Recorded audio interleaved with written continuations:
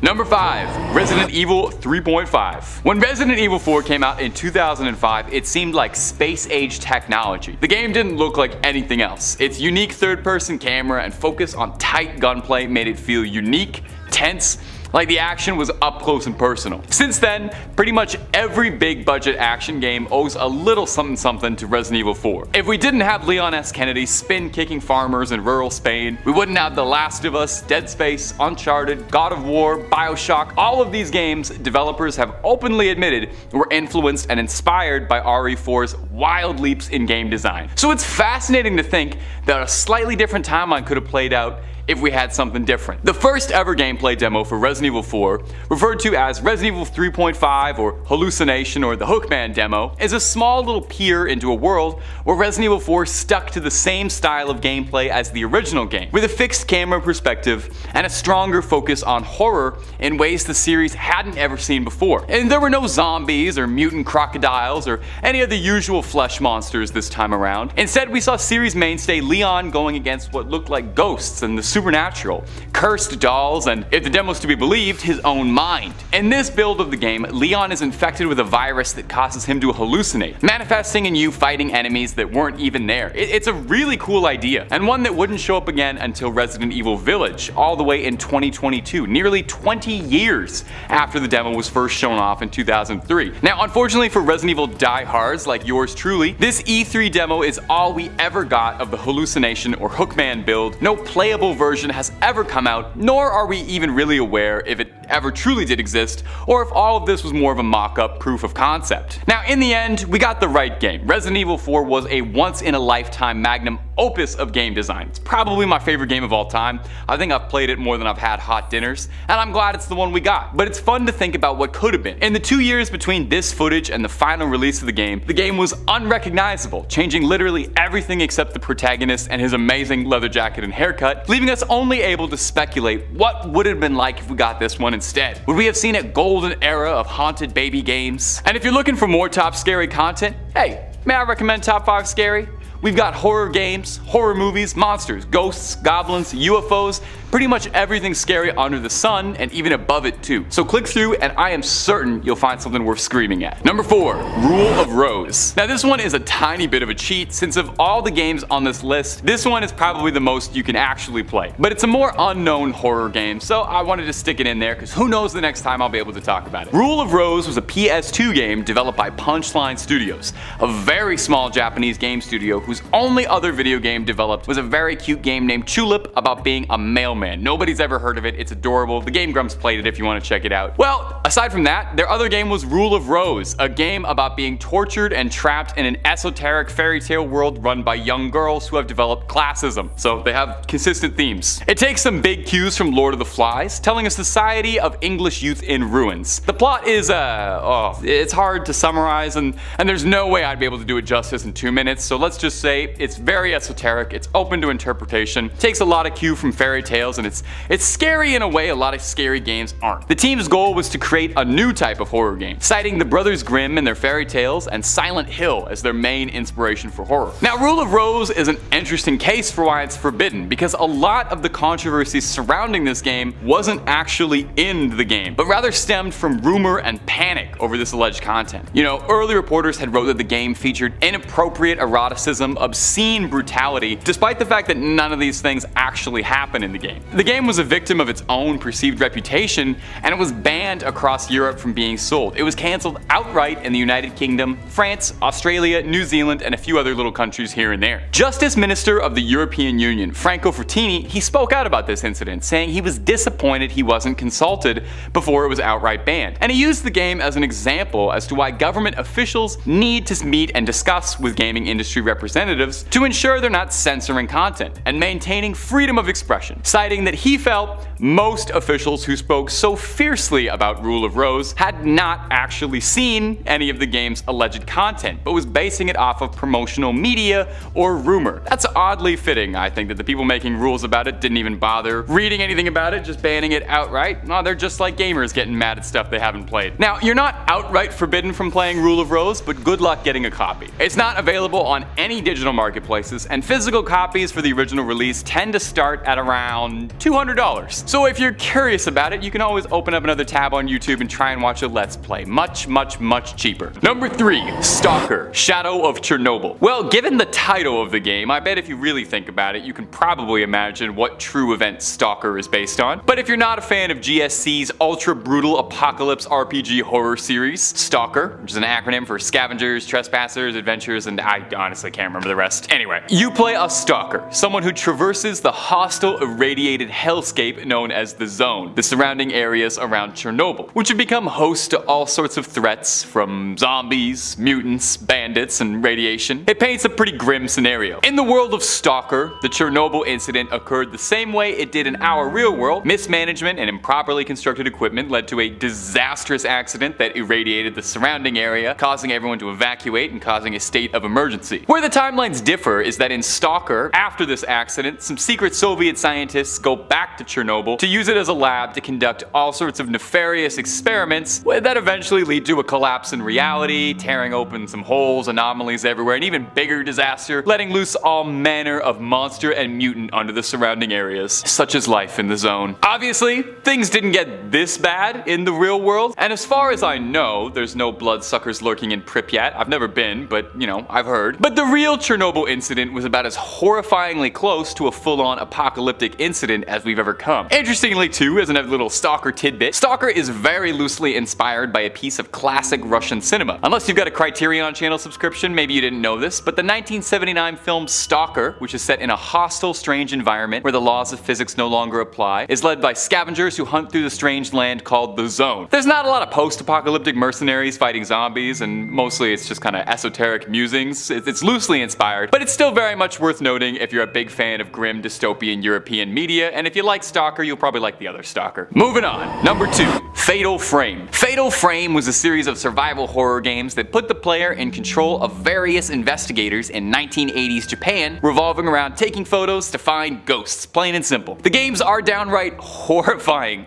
with the developer's original intended mission statement being to make the scariest game possible, and there's quite a few fans who would agree with that. Although there's been a bunch of Fatal Frame games, the one we're going to be taking a look at is the very first. The first game in the series was largely inspired by a real Japanese urban legend ghost story, The Legend of Himuro Mansion. The story goes that a long time ago, a family lived in Himuro Mansion who participated in a strange ritual called the Strangling Ritual, which would seal off bad energy from within the earth. The family would choose a maiden, isolate her from the rest of the world to not attach her to the earth at all, thinking that this was part of the ritual if she got too connected to the material world. On the day of the ritual, she was bound by ropes and attached to horses, and you honestly don't want to know what comes next. The last ritual performed by the family ran into a bit of a hitch when the maiden fell in love with a man who tried to save her, leading to the patriarch of the family raising his blade to the maiden, then on his own family, then himself. The story goes that if you take a photo of the Himuro Mansion, you're able to see a ghost in the frame, which is what directly inspired the main gameplay mechanic of Fatal Frame, taking photos of ghosts. Now, I wouldn't feel super right if I didn't mention the tagline that boasts that Fatal Frame is based on a true story was only ever included in the North American release of the game, not the Japanese or European ones. So either it is inspired by this urban legend, or that was just something they put on the box to sell a cool game. Either way, Fatal Frame rules, and that's really all there is to it. And number 1, Resident Evil Village. Resident Evil has always been one of my all-time favorite series, and Resident Evil Village was like a kiss from Capcom on the cheek as a longtime fan. It was like RE4 and RE7 had a beautiful baby. It's probably the most out there the series has ever got, trading out the usual zombies and tentacle monsters for fairy tale horrors, werewolves, ogres, and a very tall vampire who I'm pretty sure at least 50% of the audience already knows a lot about. But as fantastical as Resident Evil Village is, did you know how much of it was inspired on reality? Yeah, well, okay, somewhat. First and foremost, the infamous Castle Dimitrescu was directly inspired by a real castle in the Carpathians where the game is set, Castle Pelish. If you look at some comparison images, it is like the spitting image down to the layout of the interior of the castle. Make sure to check those drawers for red herbs and ammo if you're ever passing through. Well, what about the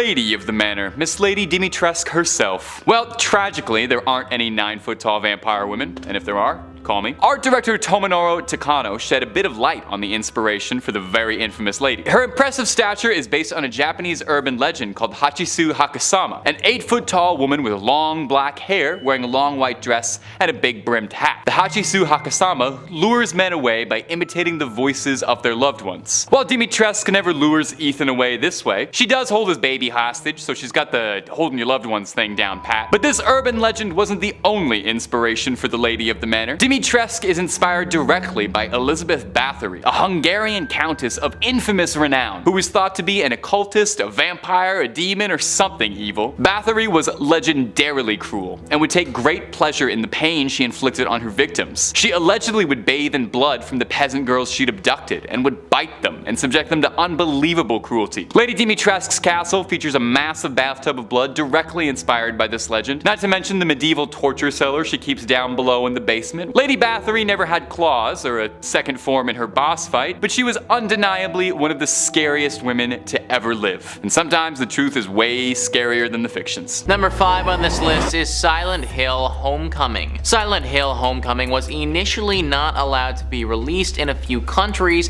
and had to make a censored version because it was just too gruesome. What Culture says, the Silent Hill franchise has consistently offered up some of the most memorably unsettling imagery in the entire history of horror video games, and this reached a fever pitch with the release of 2008's Silent Hill Homecoming. When the game was being certified, Australia's Office of Film and Literature Classification objected to a horrific scene in which protagonist Alex and cultist Margaret Holloway wrestle over an electric drill, ending with either Holloway's face being drilled into a bloody mess or Alex getting drilled in the eye. Either way, not fun. The OFLC called this and several other mutilation sequences in the game high impact enough to refuse it a classification, effectively banning Homecoming from being sold in the country. Much the same approach was also taken in Germany. The game was eventually granted a release in both countries, however, once Konami created a censored version several months later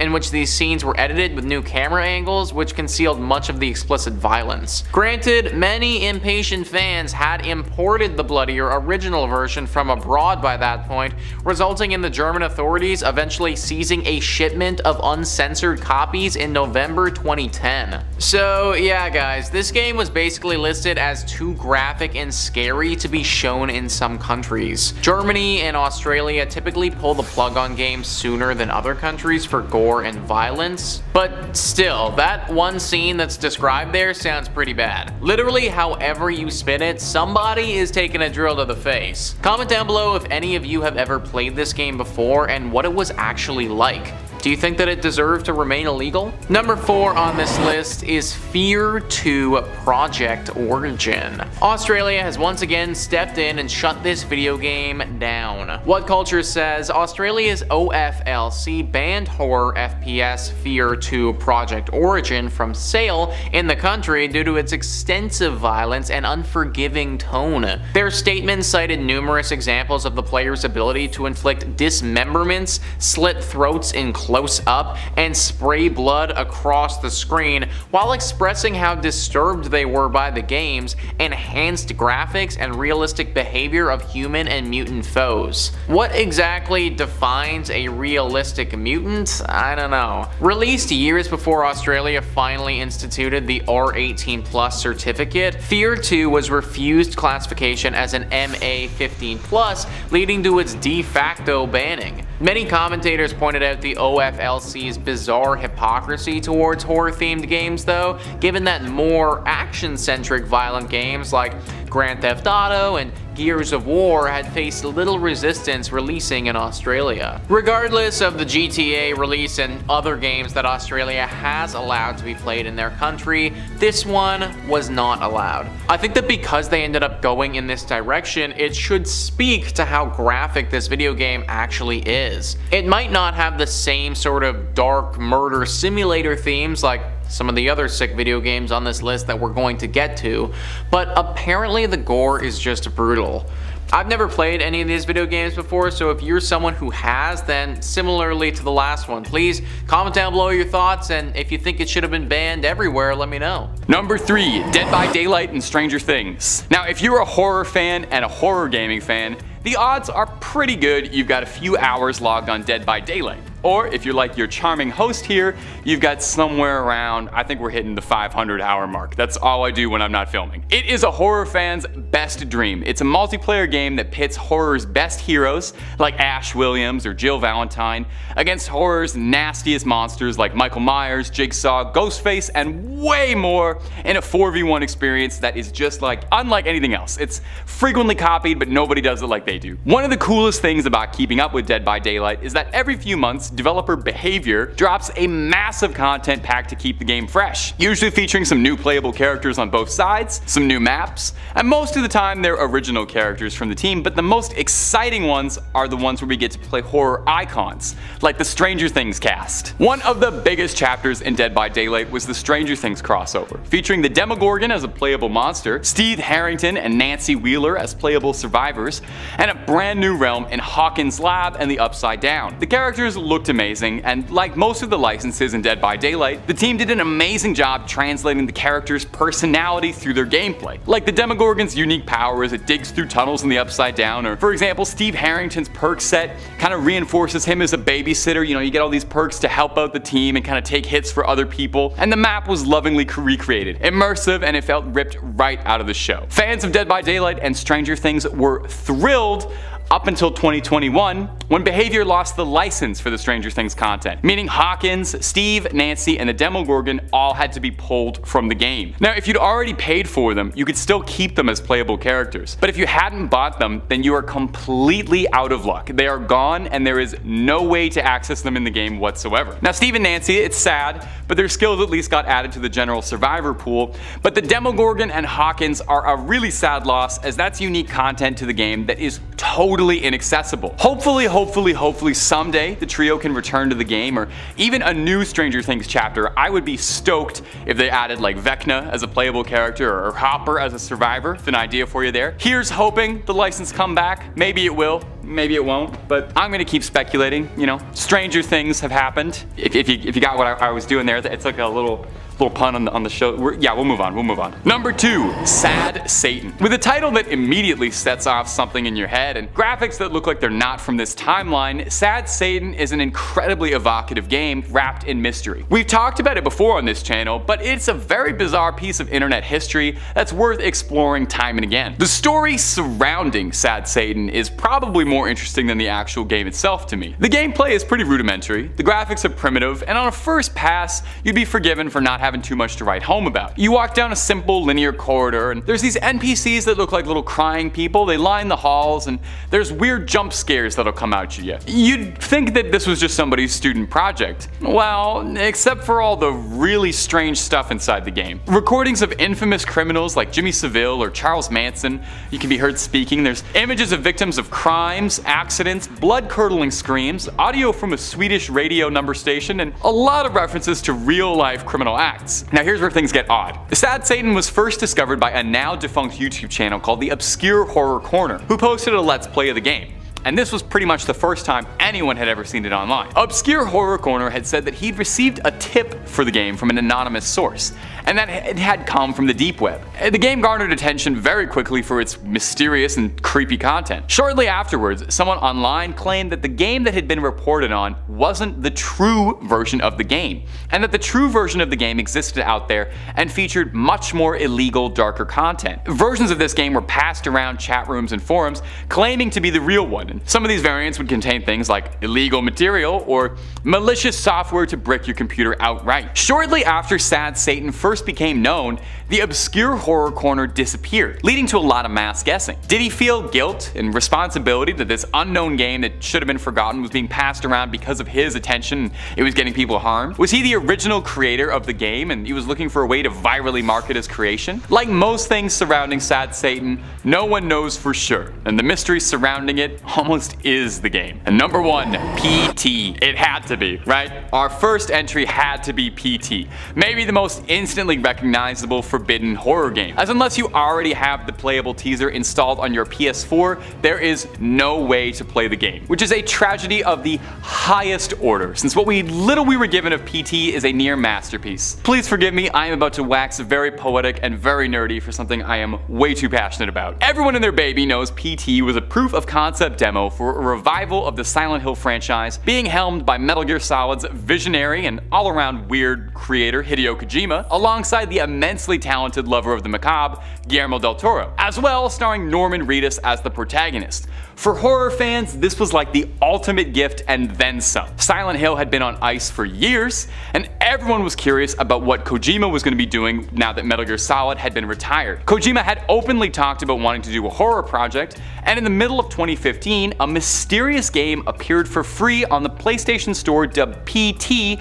from a development studio no one had ever heard of. The game was short and incredibly simple and is relentlessly terrifying. To date, it's probably one of the single scariest digital experiences I've ever played. You're trapped in a hallway of a suburban house, trying desperately to escape, and you're being pursued by the ghost of an extremely upset woman hunting you who may be your dead wife. It's classic Silent Hill stuff. Each time you get to the end of the hallway, you find yourself back at the start, only each loop changes more and more, getting more horrifying and outwardly disturbing. The atmosphere of this game is like a mile thick. They did so much with so little. Now, that same year, after PT had been announced and won everybody over, and before the release of Metal Gear 5, it came out that Kojima had been let go from Konami, the owners of Silent Hill and Metal Gear. After Kojima's firing, the project was scrapped altogether, and the game was pulled from digital marketplaces and pretty much scrubbed from the internet. So if you didn't get a chance to play PT, the best you can do is look up a YouTube Let's Play of it and hold up a controller and pretend. Now, while we'll never get to play this Kojima Del Toro Reedus collaboration, Death Stranding released in 2019, and it is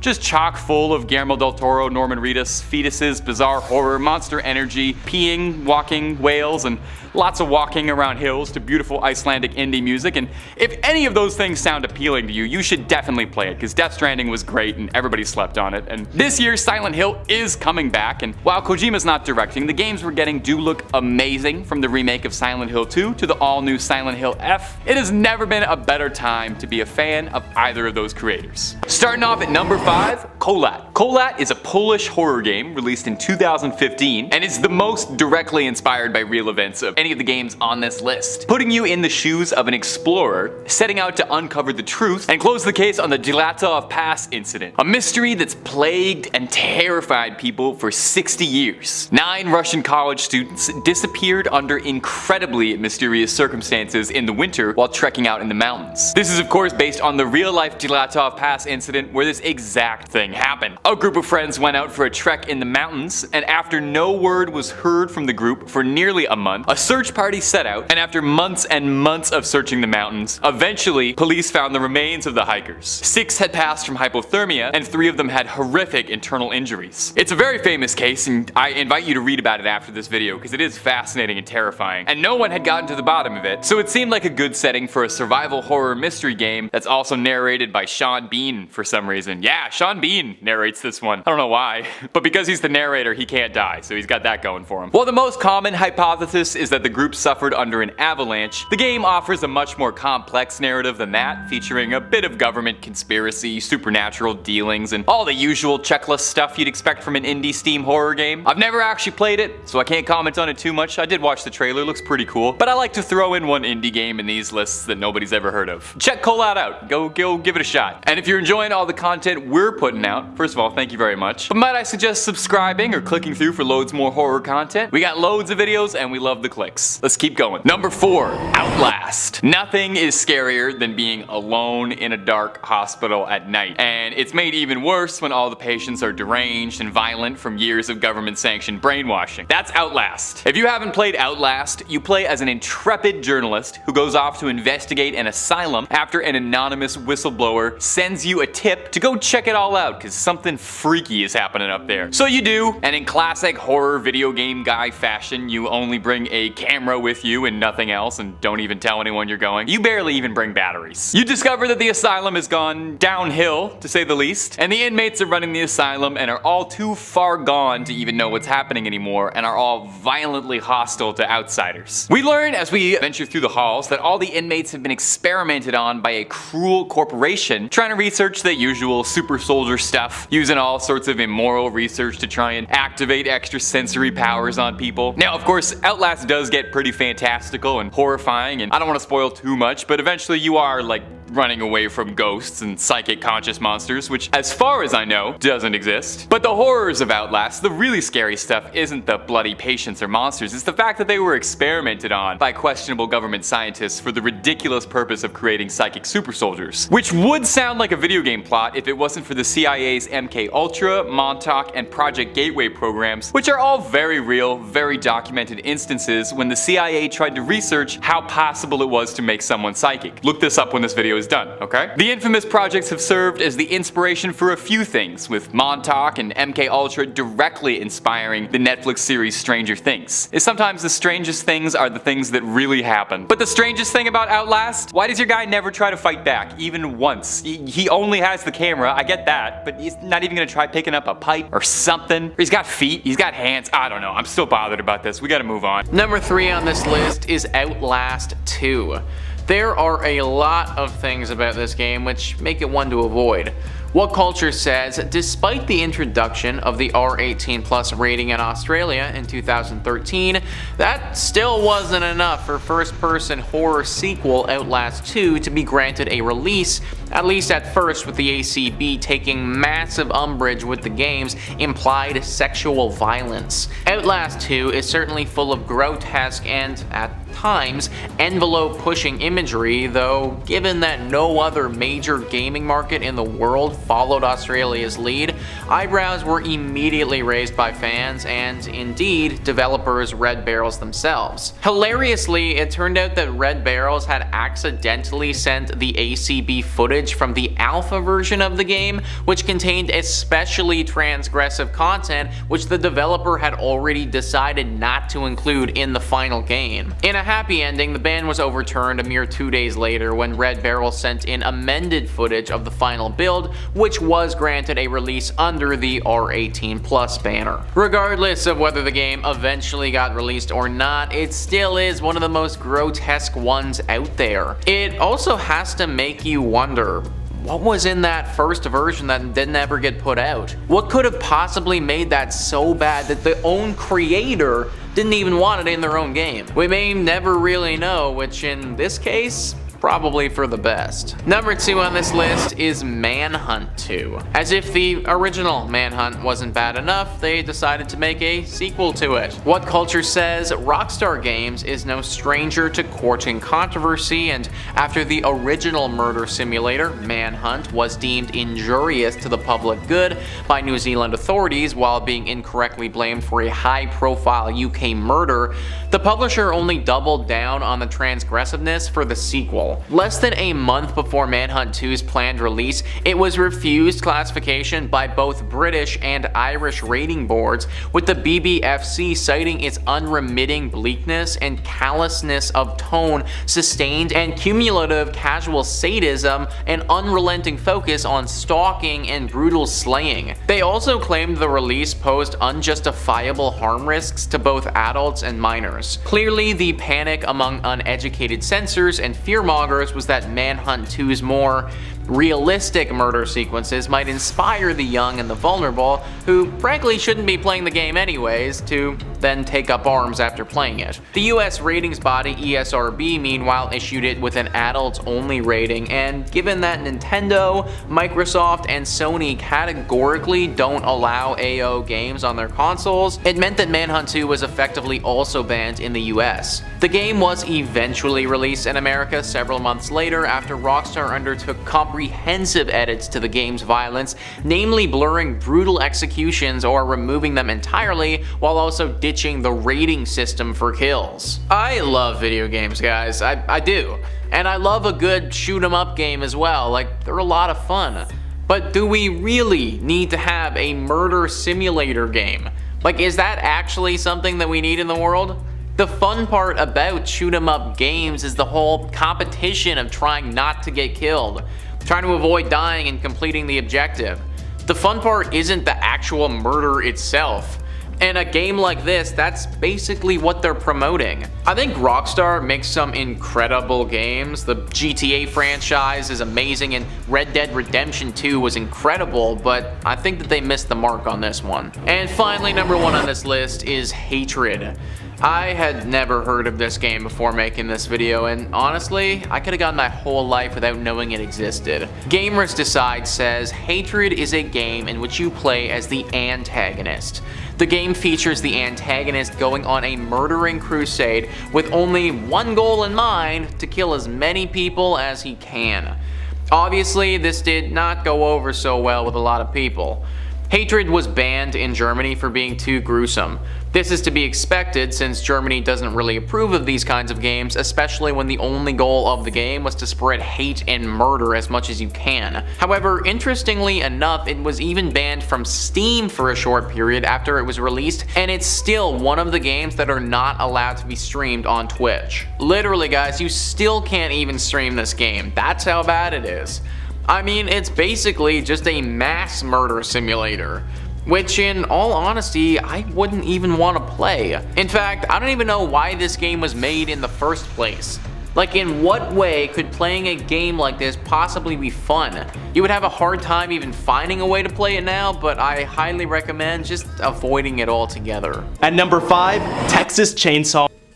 As the title suggests, this game is based entirely on the Texas Chainsaw, an iconic horror movie that came out in 1974. The movie is about a deranged killer known as Leatherface who, well, goes on a massive wielding a chainsaw. The movie garnered massive success despite a small budget and quickly became one of the most well-known horror movies of all time. The film featured plenty of violence and gore and spawned a whole heap of sequels and spin-offs that are still coming out today. And of course, it also spawned an amazingly terrifying game that came out August 18th this year. The game follows a similar concept as the movie, featuring a group of survivors being chased around by Leatherface and his crazy killer family, who have a penchant for human flesh. Many of the maps in the game feature many of the iconic locations from the movie, including a new area made specifically for the game, the Family Slaughterhouse. The gameplay is deceptively simple, but very creative. It's an asymmetrical survival horror game, meaning that players play in teams of uneven sizes. 4 players play as the victims, attempting to escape, and 3 others play as the flesh-hungry family, with one of them being Leatherface himself, trying to kill the victims before they can escape. This concept of asymmetrical horror games has become a trend in multiplayer horror games since the release of Dead by Daylight in 2016, but the scale of 3 versus 4 is unique to Texas Chainsaw Massacre, making it stand out against the rest. With this large player count of 7, you can play with your friends, strangers, or even your family if you guys are into that. The victims start the game off in the basement, trapped with Leatherface. Once they escape his clutches using different tools at their disposal, they need to find an exit from the map to escape and win the game. Meanwhile, Leatherface's family will be hunting down players, impeding on their attempts at escape and trying to kill them. A neat feature is the family's grandpa, who must be fed the innards of the victims and is woken up if there's too much noise, and it will reveal the locations of every victim on the map that's moving. This makes for a fun game of cat, cat, cat, cat, and mouse, mouse, mouse that allows for lots of replayability and an assortment of different outcomes to each map. The game is available on all platforms but Nintendo Switch, and plenty of people are playing it right now. I'm not sponsored, but now is a great time to get the game if you're interested. Next at number 4, World of Horror. Now, this game technically is both already released and is yet to release, as it's been available to play in beta since February of 2020, but is getting an official release on PC, Switch, and PlayStation on October 19th this year. Unlike the fast-paced action of Texas Chainsaw, World of Horror is a more slow-paced role-playing game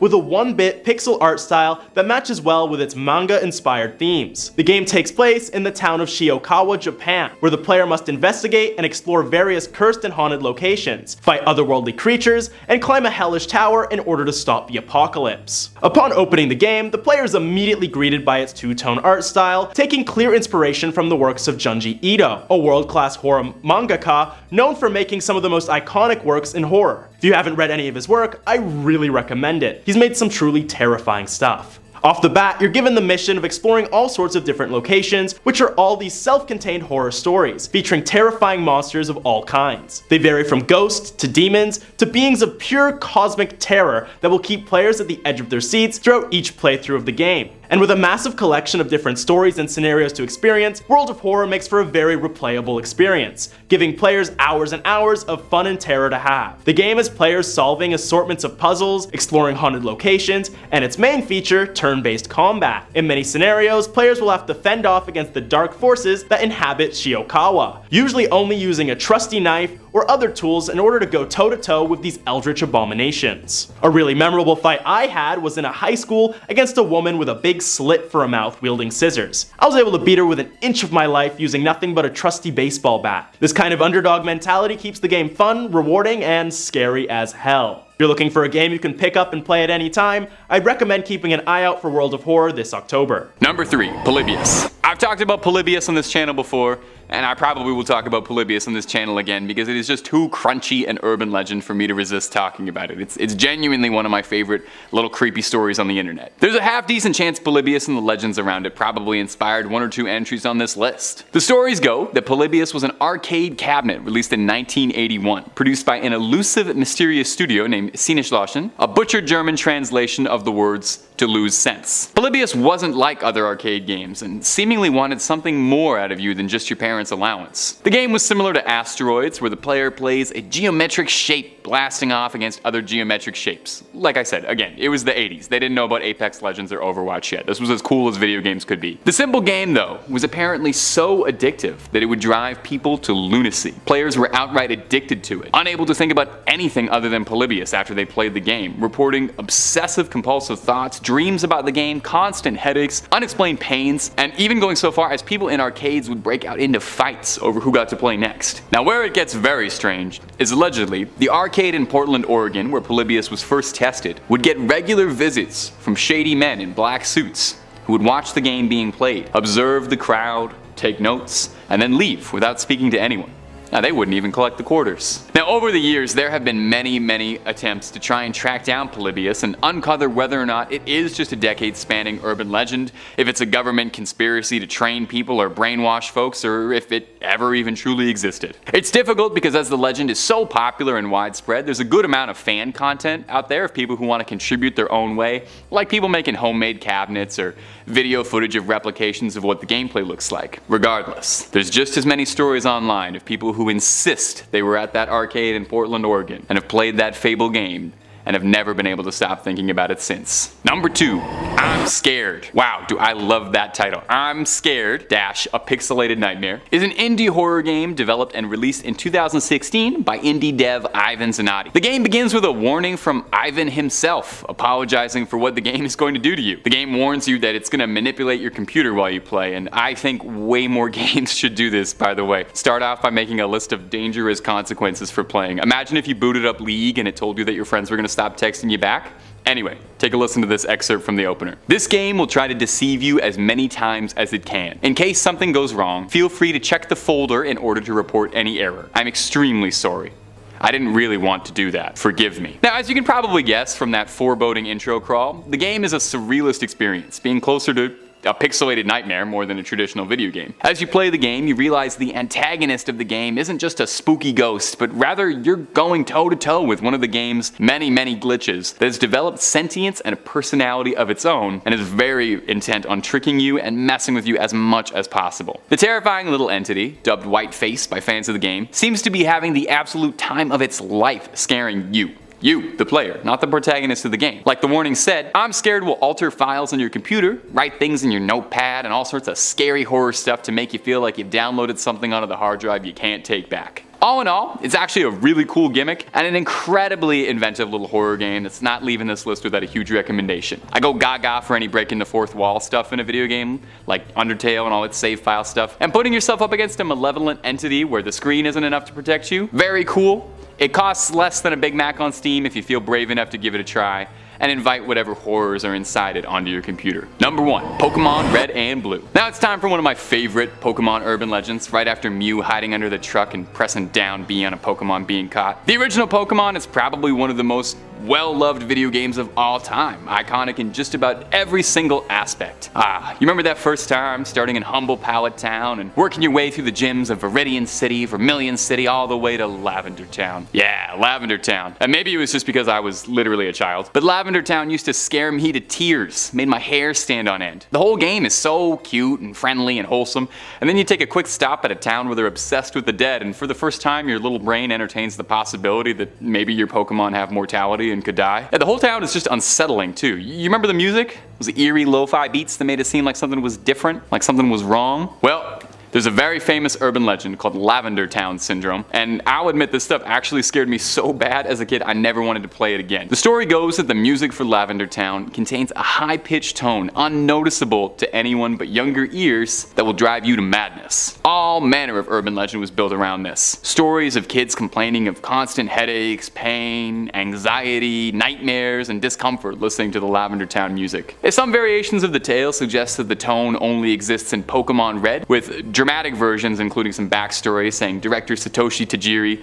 has an aversion to the color red out of a dislike of violence. Now, is Lavender Syndrome real? I feel like I have a personal duty, because of how much this particular story genuinely scared me as a kid, just to come out and say no, it doesn't. Now, admittedly, very interestingly, the themes for Lavender Town are ever so mildly different compared to the Japanese and widespread North American release, with the North American version sounding ever so slightly less harsh. Now, there could be any number of reasons for this outside of a curse, but you have to admit it is some good wood for the fire if you're writing a story about scary music. Now, most likely is that Lavender Town was already a very unsettling part of a cheery childhood memory for a lot of us, and that music genuinely is creepy regardless of context. I mean, listen to it right now and you will feel a little uneasy. You almost don't even need any urban legends surrounding Lavender Town to assume it's cursed in some way. Number 5. Berserk. Berserk, and no, sadly, not based on the awesome anime series, was an arcade cabinet produced in the 1980s. A pretty simple little maze shooty game where you play as a stickman zapping robots, fighting across the game's many levels. It was the 80s, this was like the moon landing back then. The game was a smash hit, people loved it, people loved playing it,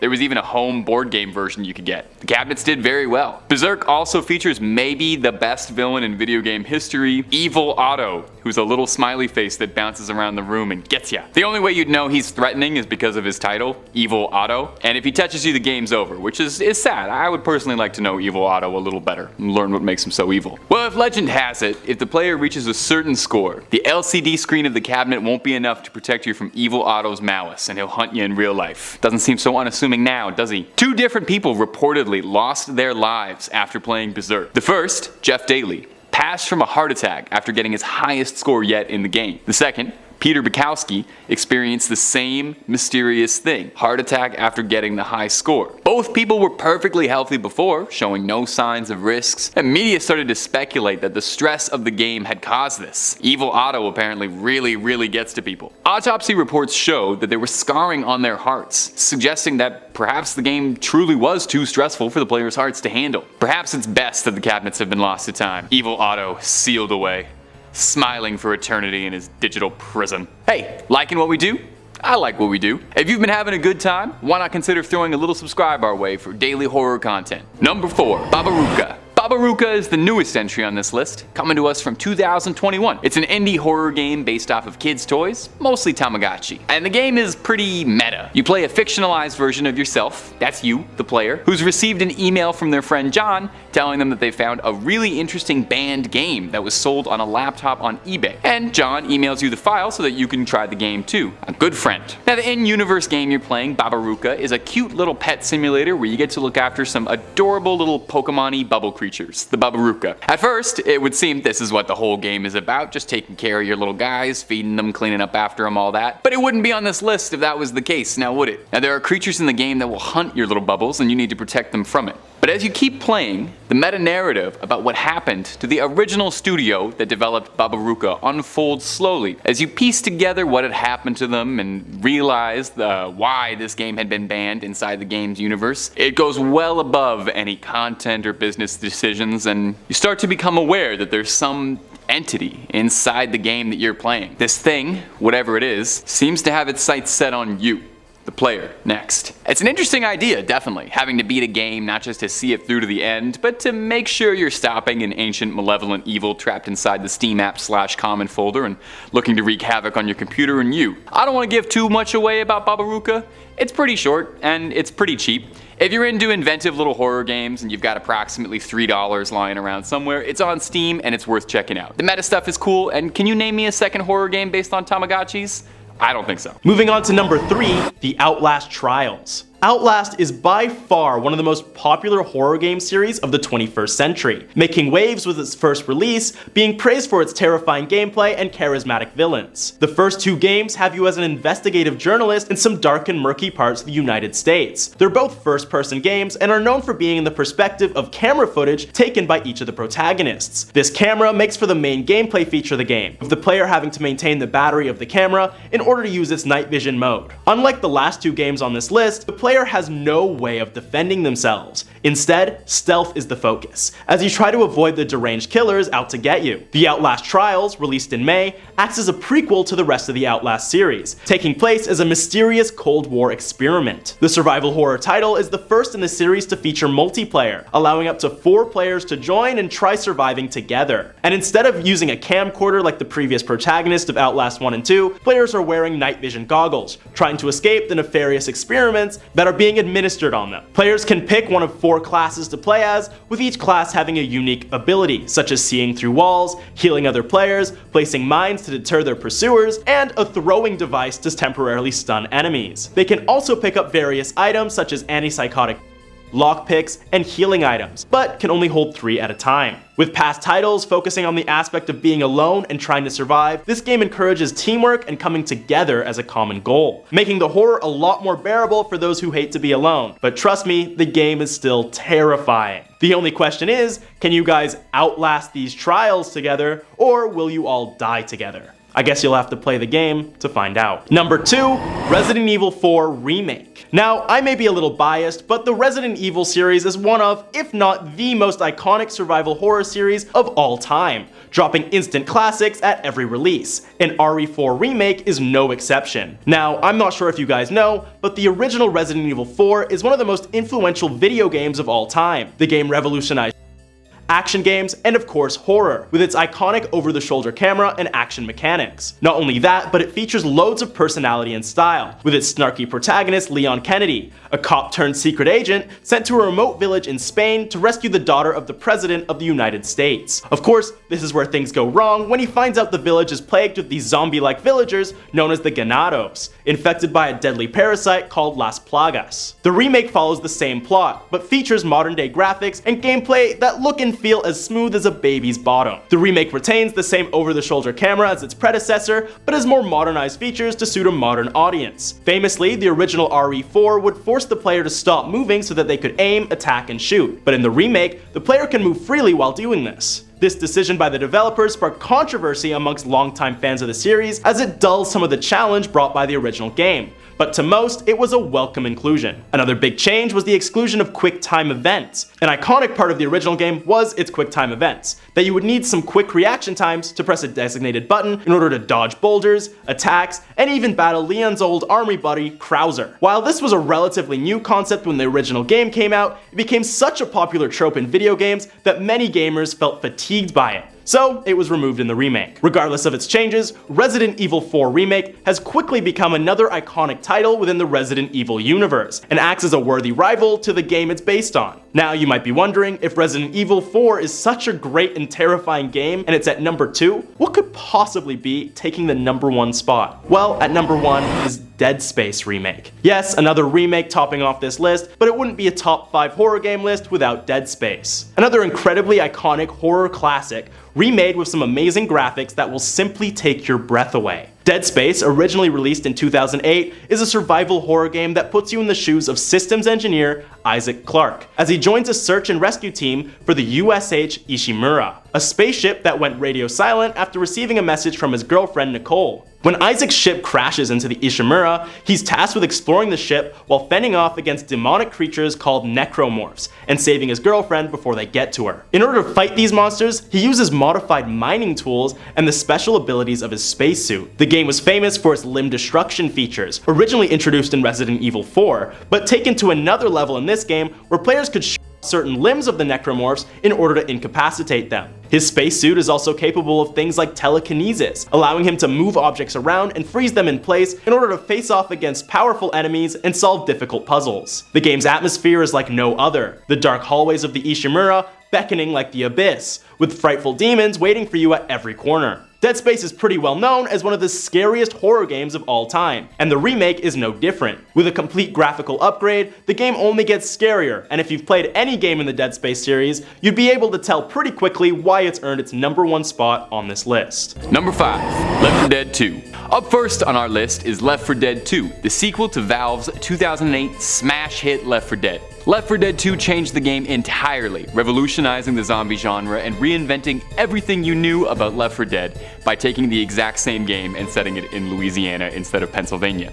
Now the actual game is amazing. I could hark sweet nothings about Left 4 Dead all day. The 4-player co-op zombie survival game was some of the most fun you could have with an internet connection back in the day.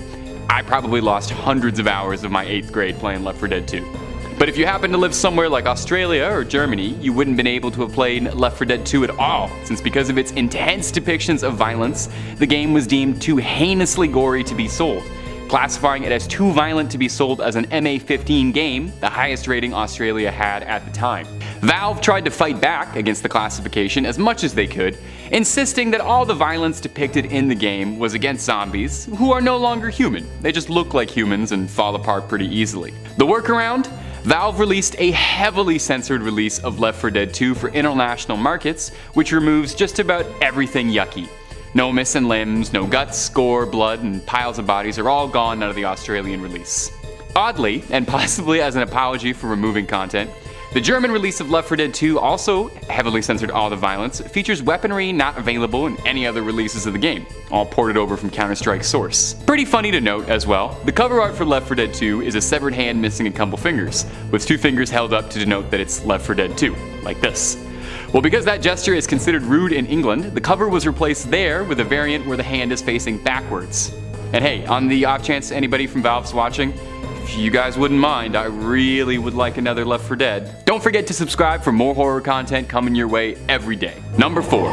Silent Hill Homecoming. Silent Hill has always been one of the most terrifying video game series on the planet. When you think of the hulking Pyramid Head or any of the other flesh monstrosities that wander the restless dreams of that town, Silent Hill has always been good at making your hair stand on end. Silent Hill Homecoming was the 5th Silent Hill released, and the first by a studio that wasn't Team Silent. The player is put into the boots of Alex Shepard, a Spec Ops combat veteran returning to his hometown, not of Silent Hill, but its neighboring town of Shepherd's Glen. It's a homecoming, if you will. Now the actual game is okay.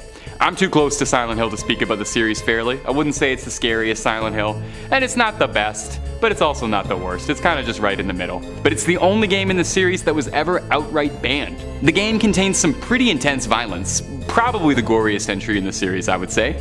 A scene in particular depicts our hero Alex struggling against a cultist enemy, and if Alex fails the event, Alex gets a drill into him violently, and if he succeeds, the cultist gets the drill, so either way, somebody is losing bad. And that someone is the nations of Australia, Germany, and Japan, as the game was refused classification for Australia and Germany, and speaking of which, those two are going to come up a lot on this list, as they really do not like violence in their games. Japan is a little more confusing, as I couldn't find why the game was never sold in Japan.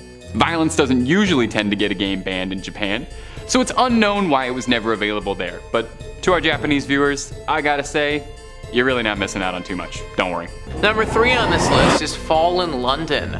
This one is just about guaranteed to keep you up at night if you choose to play it. Called Connected says, Fallen London may be the best browser game out there. It's certainly the best steampunk / Lovecraftian horror / comedy browser game. In this game, London has been stolen, or perhaps sold, and buried deep within the earth. The Neath is dark, dank, and so far from the sun that the laws which govern existence are beginning to break down. You find yourself in a realm where death rarely sticks. Hell is just a train ride away, and the giant alien bats who now own London will pay top dollar for love stories. It's a sprawling world filled with countless quests and story hooks, some of which are heartwarming, some of which chill the blood. Most of the story Fallen London has to offer range from delightfully creepy to mildly discomforting, but some of it will leave you sleeping with the lights on. Go on, seek Mr. Eaton's name, I dare you. This game is constantly being added to and expanded on, and at this point, I'm afraid to estimate how long a full playthrough might actually take.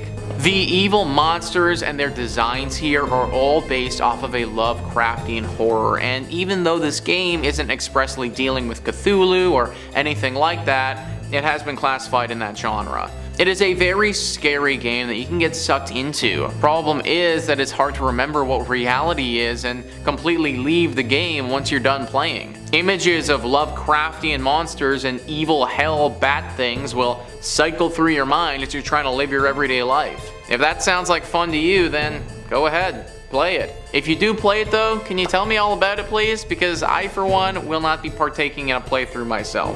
Number 2 on this list is The Darkest Dungeon. So this game walks an interesting line between gothic horror and Lovecraftian horror, which makes it all the more scary in my opinion. Cog Connected says, in this game you play as the heir to a dilapidated and monster-infested estate, directing a group of flawed heroes to try to make up for your ancestors' terrible mistake. Seeing as the estate is now absolutely infested with the undead and more esoteric, sanity-destroying foes, keeping these heroes alive and sane is easier said than done. The focus on the many ways your hero can self-destruct makes this game genuinely uncomfortable at times. Darkest Dungeon sets out to address the psychological stress of adventuring, and good lord, does it succeed in making dungeon diving seem like the worst job in the world. Even being night guard at Freddy Fazbear's might be preferable, and the ancient portal under the estate is still threatening to let terrible things into our world. Gothic horror and that genre has always been particularly scary to me, so mixing that with the always terrifying and gruesome Lovecraftian stuff, that really makes it a match made in scary heaven. I think that the best word to describe this game is truly uncomfortable. Even at the low points of the plot, you never really feel like you can sit comfortably. There's always something just around the corner waiting to get you, and it just gives the person playing this an overwhelming sense of anxiety all the time. And finally, number 1 on this list is the Call of Cthulhu. This is probably the most famous Lovecraftian horror video game maybe ever. The breakdown of the game is as follows. Private investigator Pierce is sent to look into the tragic death of the Hawkins family on the isolated Darkwater Island. Plunge into a world of creeping madness and shrouded old gods within Lovecraft's iconic universe. Your mind will suffer, balancing a razor-thin line between sanity and psychosis. Cryptic clues, shadowy figures, and pure terror bar your way as you fight to retain your sanity and solve an otherworldly mystery. I watched the trailer for this game, and it is unsettling to say the least.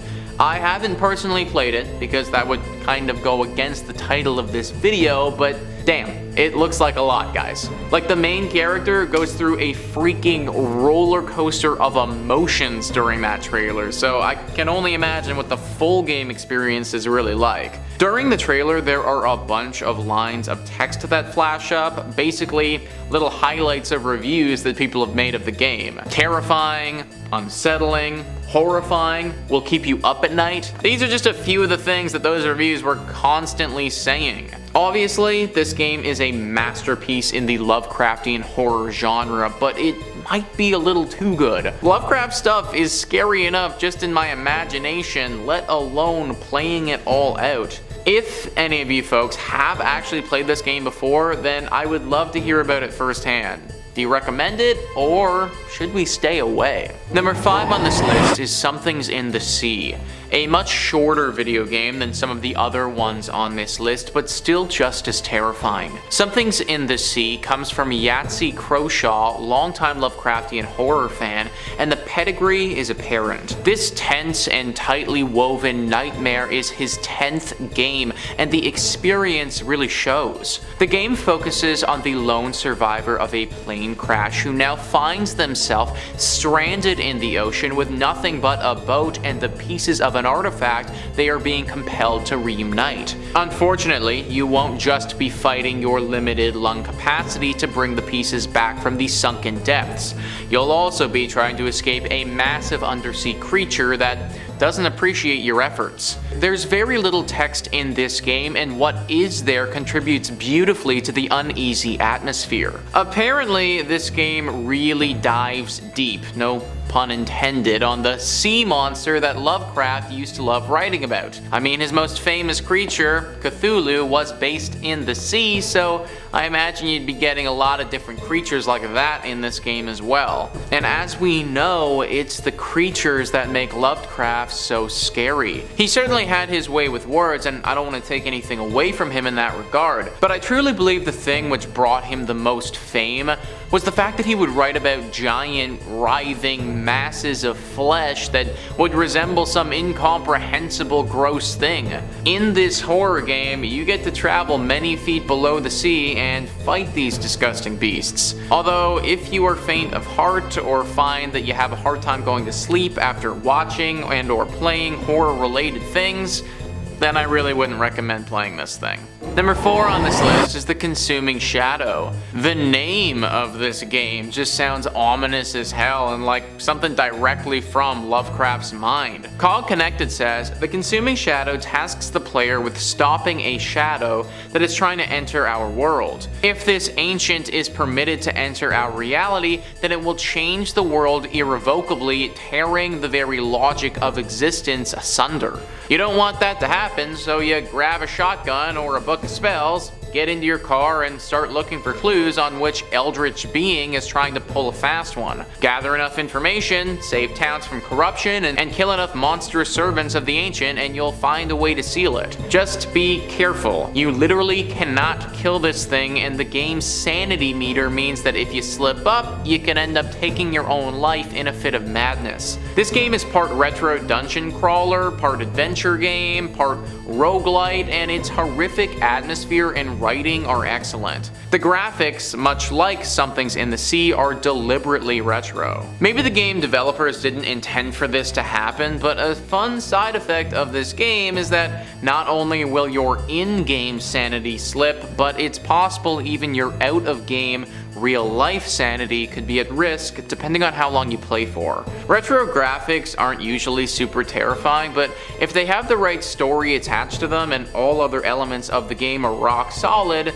then they can be. Apparently this game is incredible as far as the horror genre goes and nails literally all of that, which makes this a great game for what it intended itself to be, but also a super scary horror video game that you should be very cautious with if you're the type of person that chooses to play it. Number 3, Until Dawn. Yes, who doesn't love 80s slasher movies? This is good. They're one of my guiltiest pleasures. I love seeing a series of stock archetype one-note characters get cut down by a cool monster wearing a goalie mask, of course. Don't worry, he's actually quite nice in real life, not that scary. Until Dawn, the 2015 game from Supermassive Studios, offers us a chance at directing our very own cult 80s slasher movie, right? The premise is as simple as you'd want. A group of teenage school friends go up to a cabin in the woods for the ultimate party in a secluded spot in the Albertan mountains. Just what you want every summer, of course, our dream. Am I including this game because it takes place in Canada? Entirely possible. As you'd expect, the teen finds there's something else in the mountains with them, something haunting. And you'll have to do their very best to survive until dawn. Yeah, you guessed, that's cool. That's the title. Until Dawn puts you in control of all the various characters throughout the night, and you'll have to do everything you can to keep them alive, making split-second choices and decisions that can have consequences that you might not expect. A wrong move can lead your favorite character suffering a grisly fate right in front of you, leaving you guessing and afraid, really putting you in the shoes of these helpless fools. These helpless teenage dreamers. This game is a great time, regardless, but if you really want to see Until Dawn at its best, Get a few friends over, grab some popcorn and pizza, live it up, turn it into a co-op game by passing the controller around as each character's perspective. The game implores you to do this, and now we on Top 5 Scary implore you to do the same. Until Dawn captures all the stuff we love about cheesy horror movies. Getting to see it unfold for you personally also makes it seem like Until Dawn is a horror movie catered to your own personal tastes. Do you want to see everyone suffer the most horrific fate possible? Great, go for it. Intentionally blow the entire thing, or are you looking to see your survivors harden into tough as nail warriors and, make it through the night with everyone possibly, hopefully, coming home? Well, your quick wits and decision making will be all that you have to rely on, so kill it. Until Dawn's gameplay is very simple, comprising almost exclusively of quick-time events, including all combat, so it's ideal for those who don't even game that much to just hop in. Really couldn't recommend this one enough. The studio has also put out The Dark Pictures and The Quarry, which are spiritual successors to Until Dawn, and all worth it in their own right. But the original stands the strongest, in our opinion. You can find Until Dawn on PS4, and it usually goes on sale for less than the price of a movie ticket, so wait around a bit. Number 2, SOMA. SOMA comes to us from Frictional Games, the Swedish development studio that proved themselves to be masters of horror, giving us Amnesia, The Dark Descent, and defining the indie horror game scene for years to come. Amnesia was a hard act to top, I'm not gonna lie. While some might disagree, SOMA is an excellent successor. SOMA is a first-person exploration horror game, putting us in the eyes of Simon Jarrett. Also, have to shout this out quickly, but Simon lives in Toronto, and I don't know how many Torontonian viewers we have here, but you have no idea how massive it was to play a video game where you go to Osgood Station, you know what I mean? Simon, a bookstore clerk who after a car crash goes in for a medical experiment, he finds himself awaking hundreds of years in the future, under the sea after a cataclysmic event has wiped out humanity. Yeah, just the ideal scenario. Wear a seatbelt, I guess. Simon finds himself as humanity's sole survivor, trapped alone, far away from home, surrounded only by machines that believe themselves to be human beings, and mysterious creatures that are vicious, horrific mergings of machine and flesh wandering through the deserted halls of the undersea research station. It's yucky. SOMA is terrifying in a way that gets underneath your skin. It doesn't rely on jump scares, per se. In fact, there's almost none in the game whatsoever. The terror, rather, comes from the indescribable feeling of being completely alone. As you and Simon explore the facility, you'll do your best to piece together what happened, and you'll find yourself, the player, asking questions you have difficulty answering. It's really difficult to talk about SOMA without giving away too many beats about its plot, obviously, but if you're a fan of sci-fi, especially anything like AI, like Westworld, or even Blade Runner, well, you'll find yourself right at home in SOMA's extremely existential storyline. Something worth shouting out also is SOMA actually has an option to toggle off the monsters entirely. So if you want to solely experience the storyline without any of the stealth sequences whatsoever, and while it might sound strange removing all the enemies from the game, it actually really works here.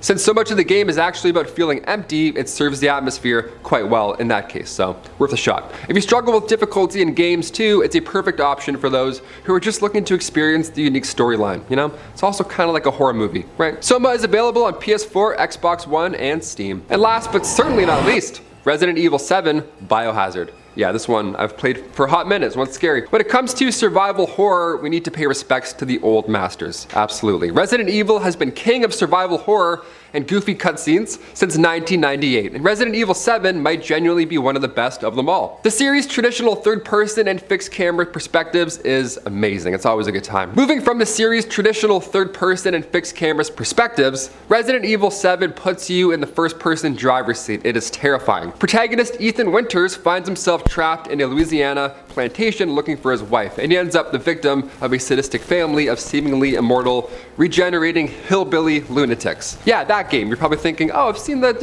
Yeah, it's terrifying. It looks very real. It's quite new, this one. This game is horrifying. While Resident Evil has always drawn inspiration from American horror cinema, namely things like Night of the Living Dead or Evil Dead, Resident Evil 7 draws from grittier sources with the influences of that of Texas Chainsaw Massacre or Saw or Hostel, all being uncomfortably present, right? The things that happen to Ethan in this game are enough to put you in therapy. It is wild. My hands were sweating certainly playing this. Ethan finds himself infected with the same substance affecting the family, meaning he can take unbelievable amounts of physical punishment, and boy howdy, Does he ever? Yeah, and you see it all in 4K. It's one of the few video games that I forgot was a video game. You know what I mean? It's kind of like Red Dead Redemption. You're like, oh yeah, I forgot I'm doing this. This is crazy. If you're feeling particularly brave, you can play Resident Evil 7 in VR, in an experience that's so horrifying it's almost too much to handle. I can't even play VR normally, let alone VR horror. Are you kidding? I play the mini punning and I'm like, this is too much. This is Black Mirror. I'm out. It puts you as close as possible to the horror around you. Slowly creeping around the disgusting Baker estate, desperately hoarding what life supplies you can find, while of course trying to elude your seemingly immortal psychotic captors, will have you standing on the edge the entire time. You'll literally be standing up while you play, like you're 8 years old playing GameCube. It truly feels like you're fighting for your life the entire time. As a longtime Resident Evil fan, number 7 surpassed my expectations and brought the series back to its rightful place as king of horror. And if you're a new fan, it's the perfect place to jump in the madness. The follow-up to Ethan's story, Resident Evil Village, is spectacular as well, and I wish we had time to talk about it, but alas, we don't. That's what part 2s are for. They're both excellent, but the horror in 7 is simply unmatched. That's all I'm saying. In my opinion, the absolute scariest game on the market right now, and it might not be topped for a long time. Comment down below if you agree, disagree. Also, comment down below your favorite game. Can't believe they're doing horror on VR now. That's the worst thing I can ever imagine. Number 5, Observer. Observer, a 2017 release from Bloober Team. That's a great name, Bloober Team. The same studio behind the acclaimed Layers of Fear series, as well as the Blair Witch and The Medium. So if you're a fan of those ones, hop on in. Observer is a unique psychological horror game. Set in a cyberpunk style dystopia heavily inspired by the classic sci-fi film Blade Runner. Observer wears its inspiration on its sleeve, even going as far as to cast Blade Runner's villain, Rutger Hauer, as the protagonist, Daniel Lakowski, who is an observer, hence the name, there we go. The Observer is a futuristic police officer who can hack into people's brains and scan their memories. This is like a Black Mirror nightmare come to life. After receiving a call from his estranged son, Daniel is sent to investigate a possible killing in a rundown apartment block where he finds a,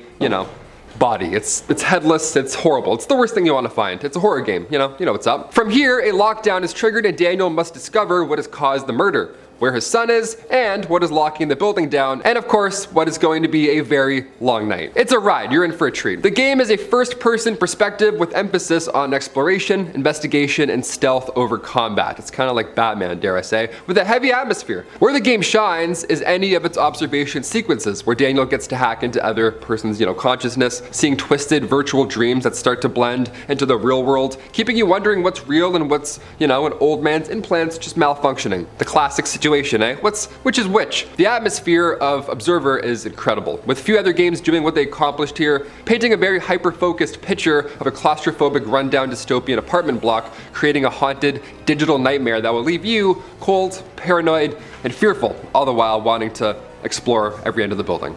It's a little twisted. Observer is available on current and last generation consoles as well as Steam, and if you're a fan of horror, if you're a fan of cyberpunk, and if you're just a fan of video games, it comes with a hearty recommendation from our boy Taylor Smith. Number 4, Hellblade, Senua's Sacrifice. Coming to us from Ninja Theory, the team behind Heavenly Blade and The Devil May Cry, where Dante didn't look like Dante. Senua's Sacrifice is an intense third-person horror game set in a dark fantasy world inspired by Nordic culture. You play Senua, a young woman trying to make her way into Helheim to confront the goddess Hela and attempt to save her fallen lover. Now, Senua believes herself to be cursed, when in actuality she suffers from psychosis, and the game really makes you feel like you are too.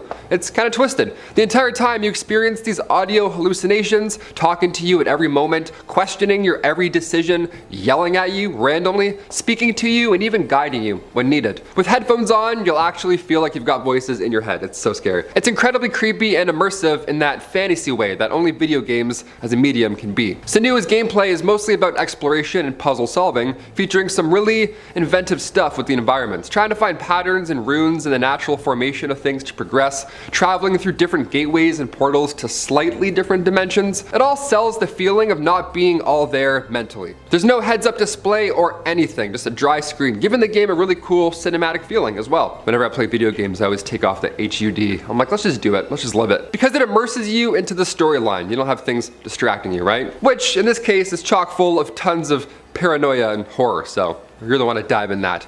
You'll face off against spectral warrior enemies, and while the combat isn't going to take home any gold stars per se, it's frenetic and tense enough to keep you sweating the entire time. The game warns you that should you fail a combat sequence too many times and die too many times in a row, the game will outright delete your save file at that point, and then you'll have to start over from the beginning. That's terrifying. That's the scariest part I've heard so far. With that in mind, in the back of your head the entire time, each combat encounter feels desperately personal, with a feeling of real stakes. Imagine Mario Party? Yeah, spin a 4. If you get a 3, delete. Number 3. Agony. Agony, agony, agony, agony. I was working at a video game store when this one came out, and boy do I remember the controversy around it. Our store only got a single copy of the game. Agony was a 2018 survival horror game that set out on a mission to be the most disgusting game ever released, and in a lot of ways, they achieved that. Agony follows the story of a lost soul condemned to hell with no memory of their former life, and like anyone who'd be trapped in hell, are trying fruitlessly to escape. Agony's main selling point was its intense depiction of hell, overflowing with blood, gore, fire, and brimstone. Agony is pretty much non-stop gooey gore from the second the game starts. The game was actually heavily censored before even being released, as initial ratings of Agony received the infamous adults only rating, which would have prevented it from being sold in major retailers or online platforms. So the final product had to be heavily edited just to even meet the M17 rating, the highest rating the ESRB gives out. I feel like it's worth throwing this out there if you're hearing about this and you think that I made Agony sound kinda cool and you want to check the game out. I'll let you know that the controversy seems like it was more a marketing thing because the actual game is kind of bad. For all its overwhelming gore, it gets really dull fast. You know, you walk into one room full of nightmarish, incomprehensible walls of 1,000 wretched faces screaming and crying blood, and really, you've seen them all, you know? The game gets pretty samey really fast, and the actual gameplay is really dull despite its environments. After its release, it became clear that Agony was nothing more than a maypole for controversy. Number 2. Condemned: Criminal Origins. Condemned: Criminal Origins was a launch title for the Xbox 360 all the way back in 2005. So I wouldn't be surprised if you forgot about it. It was a first-person survival horror game where you played a detective built like a linebacker, hunting a serial murderer on the trail of a series of condemned buildings, obviously, all the while being attacked by populations of the city who have all gone violently mad by some mysterious force. Now, Condemned is probably the scariest game on this list, and I'd go so far as to say it's one of the scariest games I've ever played in my life. Drawing major inspiration from films like Seven, Silence of the Lambs, and Saw, Condemned is the kind of game that makes you feel like you need to take a boiling shower afterwards and scrub yourself. The game is entirely in a first-person perspective, and you really feel like you are knee-deep in the filthy grime of the city. So what banned Condemned? Well, in Germany, the game was refused to be sold because of a law stating that any depictions of cruel or otherwise inhuman acts of violence against human beings in a manner which expresses a glorification, which really could describe any of the video games I listed today. Interestingly, unlike a lot of the other ones on this list, Condemned was actually banned after it was released, not before. Its sequel, Condemned Bloodshot, was also banned for the exact same reasons. Now, for what it's worth, Condemned is pretty vile and pretty scary. It's a testament to how disturbing the game is in its depictions of horror, foregoing supernatural elements and trying to depict the situation as realistically as possible. And you do have to admit, it is kind of ironic too that when you think about it, the game itself was condemned. Still, nonetheless, if you're feeling brave and up for it, I would recommend checking it out. It is horrifying. Number 1. Manhunt. There could not have been any other game at number 1 on the list about banned horror video games. If you're passionate about horror games and you know your horror game history, you were probably already expecting for Manhunt to show up. When you really think about it, Manhunt is probably one of the most infamous video games ever released. Manhunt comes to us from Rockstar Games, who are definitely no stranger to controversy, being the developers behind Grand Theft Auto. If anything, they welcome controversy, even going so far as in the early days paying for bad reviews for the GTA games to make them seem cooler. A contraband video game? What kid wouldn't want that? Well, Manhunt was a similar situation. Almost all of Rockstar's games see you playing a criminal of some kind, be it a thug, an outlaw, or a high school bully. But Manhunt has you playing as a death row inmate who is kidnapped by a sick benefactor known as the Director, who communicates to you through an earpiece, and in exchange for your freedom, wants to watch you take out members of various gangs across the city while he watches you on hijacked CCTV cameras for his sick pleasure. As the player fights off depraved gangsters, criminals, and one particularly memorable delusional chainsaw-wielding naked pig mask-wearing psychopath, you'll find yourself caught in a grisly web. Now, video game violence has always been a very touchy subject. What is too realistic? Where is the line? Manhunt very intentionally walked that line. A quote from ex-Rockstar developer Jeff Williams, who contributed to Manhunt, had this to say: "The game just made us all feel icky. It was all about the violence, and it was about realistic violence. We all knew there was no way we could explain away this game. We all knew we were crossing a line. There was almost a mutiny in the staff over it. A Manhunt sees the player executing people for the pleasure of the director, all using household objects and disturbingly realistic depictions of violence. Infamously, Manhunt was involved in a real-life tragic death, with the assailant having been purported to have been obsessed with the game by friends, which led to efforts to have the game banned outright from stores. In New Zealand, owning Manhunt was actually considered a criminal charge. You could get charged for having this video game in your home. The province of Ontario restricted Manhunt to the dreaded AO rating, pulling it from store shelves. Despite the intense nature of the game and the controversy surrounding it, Manhunt went on to be a cult classic. It sold well, it wasn't banned as widespread as Rockstar had feared, and to this day, it still even has its fans. It sold and reviewed well enough to even get a sequel, which very bizarrely was exclusive to the Nintendo Wii, a console exclusively known for its family-friendly entertainment. Nothing more family-friendly than Manhunt. Coming in at number 5, we have Rule of Rose. The Rule of Roses came out on PS2 in 2006. Rule of Roses is a survival horror game. It was set in England in 1930. You play as a 19-year-old woman who becomes trapped in a world ruled by young girls who have established their own hierarchy and rules. It is seen as a dark and twisted game. Before it was even released, it was banned in many countries due to topics it touches on. This means it was already seen as a mystery to the public and made them want to play it even more. It is said to push you psychologically as you explore an old orphanage. When the game was released, the talk around the game only grew. As the first few gamers got their hands on the new release, it appeared to not be a fun experience. This game did fly under the radar slightly as it was released on PS2 shortly after the release of the PS3, meaning many people had already moved on to their new console and were not playing new releases for the previous gen.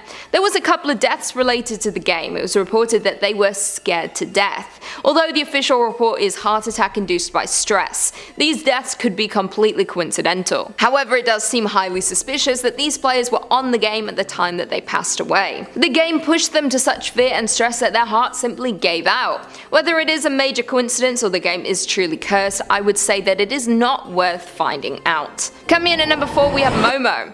The Blue Whale / Momo game is less of a video game. You start playing more of a real-life social media game. It started in 2019, mostly in Russia. It is believed that the game was started on Facebook. There are a group of admins who use the page to give daily tasks to its members. The members are given daily tasks to complete over 50 days. It is unclear why the players keep playing. There is no clear incentive or prize that they will receive. For this reason, it is believed that those who play become cursed. This curse drives them crazy. They get paranoid, feeling like they're being followed. They believe that by finishing the game they would be saved from the curse. That once they completed the final task, they would finally be free. Unfortunately, that is not the case. On the 50th day, what seems to have happened with a number of players is that they post the blue whale on their Instagram account before taking their own life. This blue whale is the biggest indicator that they have been playing the game.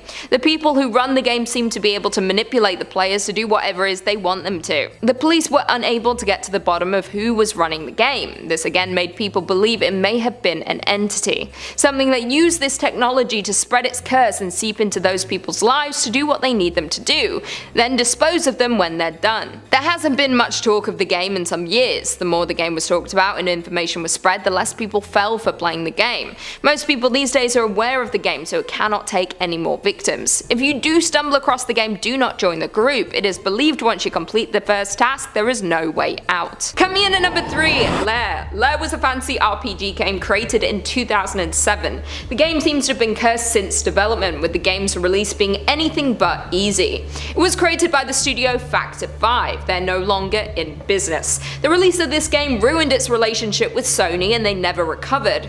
The game cost the studio around $25 million and took around 3 years to create. This includes a year of delays due to issues inside of the company. During development, Sony launched their new 6-axis PS3 controller with built-in motion capabilities. Although the Factor 5 team saw this was going to be a flop, Sony insisted. They built this into the game. This was the first major setback. During development, members of the team began getting sick, some of them passed away. There were also members of the team who had family members suffering from horrible illnesses. This is what started the rumors of a curse attaching itself to anyone who involved themselves in the project. This is not where the curse stopped though. In terms of the game, the biggest hurdle came when it came to transferring the data of the game onto a server. The servers crashed due to a power outage and large sections of the game were lost. The team were devastated. They had already been working on this for years. They had lost a lot of work and time. Members of the team had been let go due to budget cuts and they now had to start rebuilding the game. There were times when the release of Lair looked like it was never going to happen. After launch there was a lot of bugs in the game. Although it was received well, you could see the troubled development throughout the various issues. After all this, the team had their final blow when the company had to close 2 years after the game was released. There aren't any reports of users being cursed by the game, just the team behind it, so you might be safe as long as you're not planning to create a sequel or mod the game in any way. Coming in at number 2 we have Polybius. Polybius was an arcade game created in 1981. There were only a few machines created and they were all places in arcades in Portland, Oregon. The game was a simple shooter similar to Space Invaders, with the player having to shoot the shapes in the center of the screen before they reach them. The game quickly gained the reputation of being very addictive. The few machines in existence had lines forming behind them and players arguing over who would have the next go. The game was only available for 1 month after claims it was causing players to get seriously ill. After the month, the games all mysteriously disappeared. Due to the flashing shapes and lights in the game, it was reported that many people who played it would suffer from a seizure. It claimed a few more players' lives. Not only did it cause seizures, but other players reported having horrible nightmares that made them question reality. Others developed such an addiction they lost their jobs, homes, and much more, all within the game being available for only 4 weeks. Who knows what more might have happened had the game been kept available to players. It was not clear at the time or now who created the games. They seem to appear mysteriously and disappear the same way. If you do want to know more, there was an investigation into what happened. The researchers created a podcast titled The Polybius Conspiracy, and they look into all of the mystery of the game, including the claims. It was a government-run experiment to see how people would react to the addictive visuals. And finally, coming in at number 1 we have Sad Satan. Sad Satan is a PC game that was first reported in 2015. It was reported on by a YouTuber who claimed they were told about the game from a subscriber. They were given a link to the website that the fan had found on the deep web. Of course, anything from the dark web is not to be trusted. The most troubling part to the whole story is that as the YouTuber Obscure Horror Corner played through the game, subscribers got more concerned for their well-being. After they posted part 4 of the playthrough, they were never heard from again. That was 6 years ago now. No one knows where they are, what happened to them. If you go to that video, there are comments from today from fans looking for them, asking if they're okay. We might never know what happened after playing this cursed game. Since he played the game, it was never found again. No one was able to find the link or uncover where the game was. People have searched high and low on the dark web and no evidence of the game has ever existed. The game itself is a hard one to describe. It seems all you can do is move around. There is no combat or interacting with objects. You simply explore the area, which is distorted and not well lit. Disturbing images flash on the screen as you move around. Obscure Horror Corner's playthrough has millions of views and comments of people desperate for answers about the game and their whereabouts. Please do not go looking for this game. And if you're out there, Obscure Horror Corner, I hope you're okay. In at number 5 we have Killswitch. Killswitch was created in 1989 by a Russian gaming company. Only 5,000 copies of the game were made. The story follows a woman waking up in a coal mine. You follow her mission to the surface, encountering demonic inspectors, undead miners, and possessed machinery. One of the first horror games, Killswitch had a side-on viewpoint. You would find recordings around the mine that would tell you more about what happened to the people here.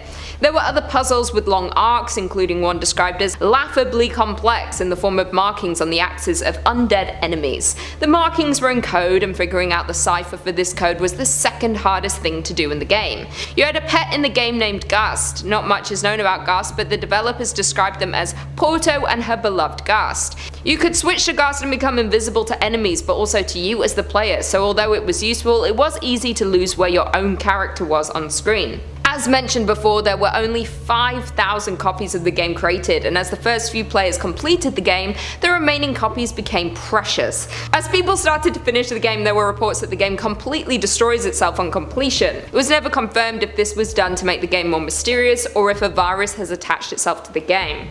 Players were not happy about this. You would never be able to play the game again if you enjoyed it. More than that, the more people who completed the game, the rarer it became. Today, not many people, if any, have ever played it. The game is thought to have dragged itself into extinction. It quickly gained the reputation of being cursed. In 1989, it is believed that the technology needed to program the game to self-destruct just did not exist, and if it did, it would be worth far more than the game itself. It is a mystery as to how this happened. People have since created their own safe versions of the game, so if you do fancy giving the game a go, please stick to this version. Coming in at number 4, we have Hall of Tortured Souls. Hall of Tortured Souls is an Easter egg from Windows 95. This Easter egg started a rumor in the 90s that Microsoft might be hiding satanic secrets. Hall of Tortured Souls seems like a horror game, but it was designed to give credit to the creators of Windows 95, something that clearly horribly backfired. To see the game for yourself, you would have to somehow launch Microsoft Excel 95, open a blank Excel worksheet, and go down to the 95th row. Select the entire row, then tap and hold Ctrl, Alt, and Shift. After this, the game will appear. The game has a simple visual look to it, much like the games of the 90s. When the game has launched, the title Hall of Tortured Souls will appear. You can walk in any direction. You will see different hallways for you to walk down. You can also walk through the walls. There are some obstacles and puzzles within the game with names of creators flashing on screen periodically. In the final room, there is a photo of the creators on a large box screen. No one ever explained why this was created. No one from Microsoft came forward to officially speak about the game. This started a rumor that the game was created as a cry for help. The names listed might have been all of the tortured souls that worked for the company who were scared to come forward. After all, someone gave out the sequence needed to launch the game, but no further information was ever given. The game is creepy to look at now, with even the pictures of the employees looking inverted and strange to look at. Do you think this was a cry for help or a signal something bad was happening to those who worked for Microsoft? Coming in at number 3, we have Pokémon 1996. In 1996, Pokémon created a version for portable consoles. It was the first version of Pokémon on Game Boy. Shortly after its launch, Japan had to look into some terrifying concerns. In the summer that the game was released, self-death rates between 6 to 12-year-olds shot up drastically. When looking into this, it appeared they all had one thing in common. They all owned the Pokémon game. They had all become addicted to the game, as is usually the case with such a huge launch. There was one dark location within the game that seemed to be the cause for the problem. The area name was Lavender Town, which was hidden away within the game. This town was created as the eternal resting place for the deceased. You could walk around the ghost town and visit the graveyard. It was not just visiting the town that was the problem, it was reportedly the music. The Japanese version has a terrifying soundtrack to this town, which was reportedly chilling and caused strange effects on players. Players would feel irritable, accompanied by insomnia. An investigation into the deaths was launched. They found that they all had one thing in common. Their last game was saved in Pueblo Lavender. After the investigation, they had to pull the game in all the locations. They changed the music as they decided that this was most likely the cause of the disturbing events. The company who developed the game was looked into, and they had kept a list of all the children affected by the game. Evidence that they knew what was going on long before it became so tragic. It would be hard to get your hands on the original version of the game, but if you do consider playing it, maybe play it on mute. In at number 2, we have Berserk. In 1980, Stern Electronics released the game Berserk. It was brought on in arcade versions and for Atari 2600. The game was known to be one of the first shooter games of all time. The game was capitalizing on the hype around robots at the time. The premise of the game is to kill the robots and try to escape for the facility. If you took too long in any section, Evil Otto will come to get you. Once released, it did not take long for claims to rise that the game had killed players. It might seem unlikely, but these deaths were confirmed. The first victim was 17-year-old Jeff Daly. He was playing the game at the arcade with his friends when he spent hours on Berserk to try and beat his top score. He finally beat it and reached 16,660 points. The minute the score went through the system, he suffered a heart attack and passed away. A few weeks later, there was an 18-year-old boy, Peter Pekowski, who had the exact same thing happen to him. Neither boys had previous health conditions. This caused a panic around the game. The media began to look into it and report on what was happening. A coroner did an autopsy on both bodies and created a report for the media on what might have happened. happened. He said he could confirm they previously had no conditions. What he thinks happened was the stress of the game was too intense for these young boys to handle. He reported that the stress triggered a heart attack. There have been more deaths reported in relation to the game, but none have been looked into like those of the first two victims. There are no reports of the arcade or Atari versions being pulled. If you did manage to get your hands on a copy and play it today, you would have to be careful. Getting this high score is not worth your life. And finally, in at number 1 we have Taboo the Six Sense. Taboo was released by Nintendo in 1989 for the Nintendo Entertainment System.